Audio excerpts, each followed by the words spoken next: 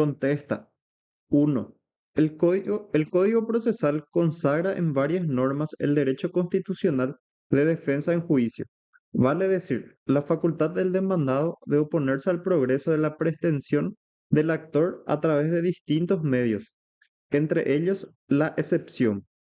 ¿Cómo se llama cuando expresamos la oposición dilatoria del demandado contra el actor a fin de que dé fianza para responder a las costas del proceso que inicia por carácter de domicilio real o inmueble en la República? Excepción de arraigo. 2.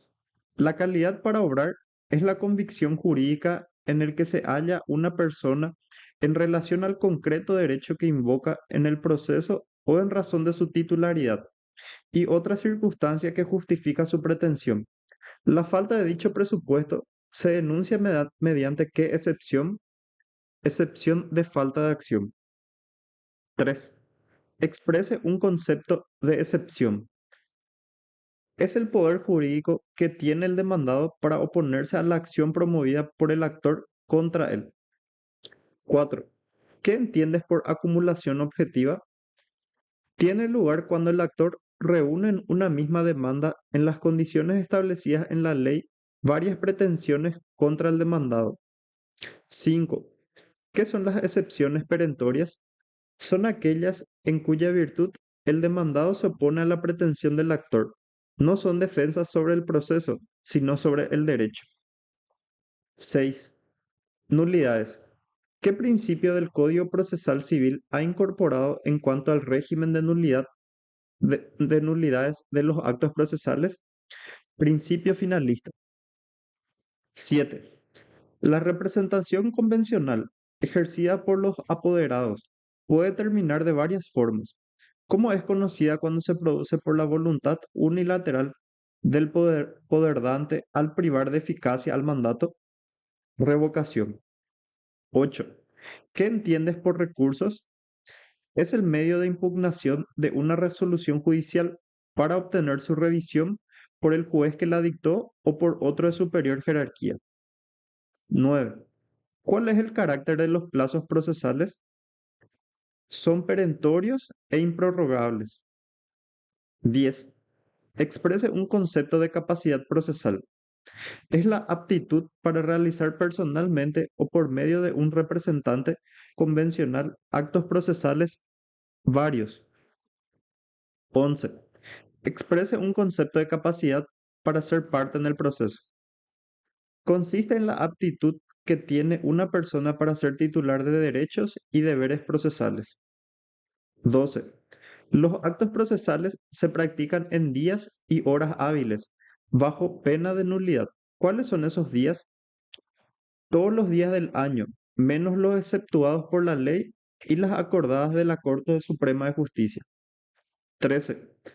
¿Cuál es el fundamento de la imposición de las costas? El vencimiento constituye el principio y fundamento de la imposición de costas. 14. ¿Cuáles son las sanciones que recaen sobre el apoderado ante el incumplimiento del deber de urgimiento previsto en el artículo 142 del Código Procesal Civil? A. Sanción de 10 jornales mínimos por omitir el primer urgimiento. B. Suspensión de 3 meses en el ejercicio de la profesión al no realizar el segundo urgimiento. C. Suspensión de 3 meses en el ejercicio de la profesión al no realizar queja por retardo de justicia. 15. El principio general que rige sobre la imposición de costas es el vencimiento. ¿En qué caso se los impone a las partes vencedoras en el proceso? Si la parte resulte culpable de mala fe o ejercicio abusivo del derecho. 16. El recurso de aclaratoria tiene por objeto: 1. Corregir cualquier error material. 2. Aclarar alguna cuestión obscura. 3. Suplir cualquier omisión. 17. ¿Cuál es la función de los plazos en el proceso? La regulación del impulso procesal y la defensa de los derechos de los litigantes. 18. ¿Qué son los actos interlocutorios? Son aquellas resoluciones que resuelven cuestiones que requieren sustanciación previa planteadas durante el curso del proceso. 19. Concepto de proceso. Método de debate regulado por la ley para dirimir un conflicto de intereses. 20. Cite cuatro causas del proceso. Uno, causa material. 2, causa formal. 3, causa eficiente. 4, causa final. 21. Cite tres criterios que debe tener en cuenta el órgano institucional para la regulación de los honorarios. 22. 1. El monto del asunto cuando fuere susceptible de apreciación pecuniaria.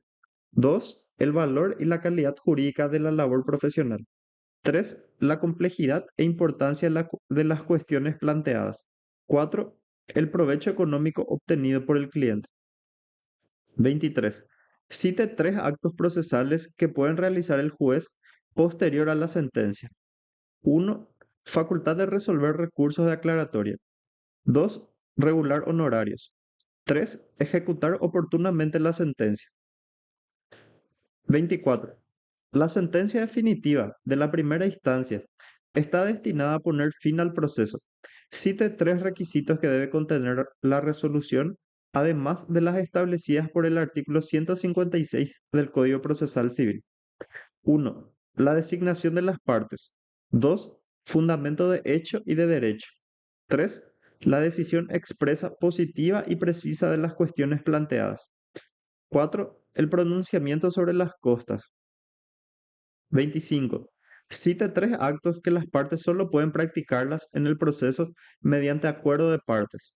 1. Administración de la cosa común. 2. Designación de peritos. 3. Desistimiento de la instancia. 4. Suspensión de plazo. 26. El juez que pronuncia la nulidad deberá disponer cuanto sea aplicable la renovación de los actos a los cuales alcanza la nulidad, ordenando medidas necesarias para el efecto. 27. Excepción obligatoria. Son las defensas que se fundan en la omisión de un requisito procesal. Versan sobre el proceso y no sobre el derecho material alegado por el actor. 28. Concepto de recurso de nulidad. Es el medio por el cual el litigante perjudicado impugna la validez de una resolución judicial dictada en violación de las formas o solemnidades que presentan las leyes. 29. Concepto de nulidad. Es la sanción por el cual la ley priva a un acto jurídico de sus efectos normales, cuando carecen de un requisito formal o material indispensable para su validez. 30. Recurso de apelación contra qué clase de resoluciones procede. 1. La sentencia definitiva. 2. Las resoluciones que deciden incidentes o que causen gravamen irreparable. 31. ¿Qué función cumple el procurador? Representar en las partes en los actos procesales y el abogado dirigir las defensas ante el tribunal. 31. Expresa un concepto de recurso de apelación. Es el medio en virtud del cual el litigante que se siente perjudicado por una resolución judicial que considera injusta. 32. Exprese un concepto de costas. Los gastos que la parte tuvieron que irrogar como consecuencia de la sustanciación en el proceso. 33. Representación sin mandato. Cite los requisitos exigidos para su procedencia. 1. La urgencia. 2. La caución. 34. Cite los presupuestos de validez del proceso. 1. Existencia del tribunal. 2. Competencia del tribunal. 3. Existencia y capacidad del demandado. 4. Citación y emplazamiento válido. 35. Explique qué entiende por causa cosa juzgada. Es la autoridad y eficacia que adquiere una sentencia judicial cuando ya no procede ningún recurso ni puede ser cambiada por otro en un juicio posterior. 36. Cite tres actos procesales que las partes pueden realizar en el proceso mediante acuerdo. 1. La administración de la cosa común. 2. Designación de perito. 3. Suspensión de plazo. 37. ¿Cuál es el alcance de la condena en costas? Comprende todos los gastos ocasionados por la sustanciación del proceso. 38. Explique la tercería del dominio. Es aquella por el cual un tercero pretende que se declare el dominio del objeto principal del juicio y bien que se deje sin efecto el embargo trabajado sobre el mismo. 39. Cite tres actos procesales que las partes no pueden realizar. 1. Interponer o plantear excepciones fuera del plazo. 2. Deducir recursos fuera del plazo. 3. Llevar adelante un proceso especial a través de un juicio ordinario. 40. La representación legal, concepto. Se produce cuando una persona física es procesalmente incapaz por estar sometida a una incapacidad de hecho. 41. El patrocinio es obligatorio. Los jueces no proveerán ningún escrito de demanda si no llevan la firma del letrado. La falta de patrocinio, sea que la parte actúe por derecho propio o por representación, dará lugar a la que demanda. 42. Expresa un concepto de resolución firme. Es aquella sentencia definitiva pronunciada en el proceso de conocimientos y declarativos en general, una vez que ha precluido la facultad de las partes de infundarlas mediante los recursos autorizados por el Código Procesal Civil. Pasa a ser sentencia firme e inimpugnable. 43. ¿Cuál de las excepciones dilatorias admisibles por el Código Procesal Civil se refiere cuando decimos el demandado afirma que el juez que lo ha citado no es el que debe entender en el juicio? Excepción de incompetencia. 44. ¿Qué entiendes por resolución que causa ejecutoria? La resolución que ha adquirido autoridad de cosa juzgada. 45. ¿Cuál de las excepciones dilatorias admisibles en su artículo 224 se refiere cuando decimos procede frente a evidentes errores en el modo de redactar la demanda al admitirse o expresarse con falta de claridad suficiente? Respecto de los requisitos que dan contenido a la presentación, defecto legal en la forma de proponer la demanda. 46. Los sujetos del proceso pueden cambiar en el curso de la litis, en forma definitiva, en forma parcial y provisoria. ¿Cómo se llama cuando ocurre en forma parcial? Sustitución de parte. 47. Una institución como el proceso, concebida y desarrollada para los conflictos, contendría en sí su propia destrucción si en ella no se observara lo que en el lenguaje común se llama reglas preestablecidas. 48.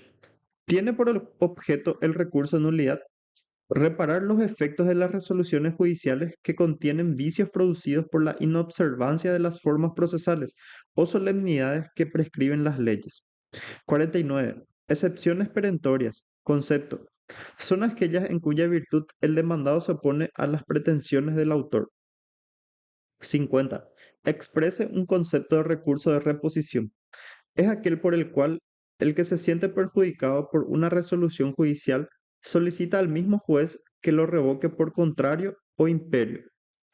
51. Plazo, concepto. Es la medida de tiempo señalado para la resolución de un acto o para la producción de sus efectos jurídicos. 52. ¿Qué entiendes por traslado? Se denomina traslado al acto de comunicar a la parte contraria o a un tercero una petición o documento para que pueda hacer valer sus derechos si así considere oportuno.